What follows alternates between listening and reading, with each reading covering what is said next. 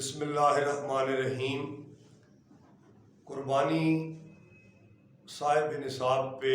واجب ہے۔ جس بندے پر قربانی واجب ہے وہ عاقل ہو، وہ مقیم ہو، بالغ ہو۔ تو جس بندے کے پاس ضرورت اصلیہ سے ہٹ کے قربانی کے دنوں میں اگر 52.5 تولے چاندی، 7.5 تولے سونا یا اتنی رقم موجود ہے،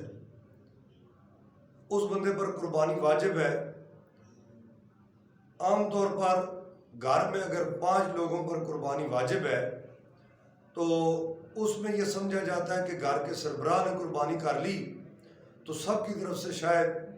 یہ جو فریضہ ہے وہ ادا ہو گیا، جبکہ ایسا نہیں ہے۔ اگر گھر میں 5 لوگ ہیں، ایک والد ہے، اس کے 3 بیٹیاں ہیں، 2 بیٹے ہیں، تو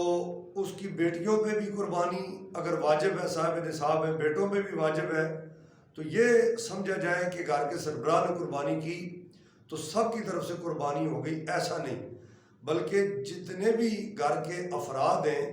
جتنے لوگوں پہ قربانی واجب ہے وہ سب اپنی طرف سے قربانی کریں گے۔ اور اسی طرح بعض دفعہ یہ ہوتا ہے کہ احباب انتظار کر رہے ہوتے ہیں گھر والے کہ گھر کے سربراہ نے قربانی کرنی ہے تو لہٰذا وہی کافی ہے، ہم قربانی نہیں کرتے۔ اور اب اگر گھر کا سربراہ بھی قربانی نہیں کرتا تو جن دیگر احباب پہ قربانی واجب ہے تو وہ یہ کہ گھر کے سربراہ نے قربانی نہیں کی تو وہ بھی نہ کریں، نہیں، اس کا انتظار نہ کریں، بلکہ اگر کسی بھی وجہ سے گھر کا سربراہ جو ہے وہ قربانی نہیں کر رہا تو جتنے بھی احباب گھر میں موجود ہیں، جن حضرات پہ قربانی واجب ہے، وہ اس فریضہ کو، قربانی جو واجب ہے اس کو جلد از جلد قربانی کے دنوں میں بجا لائیں۔ اللہ تبارک و تعالی ہمیں سمجھنے کی توفیق عطا فرمائے۔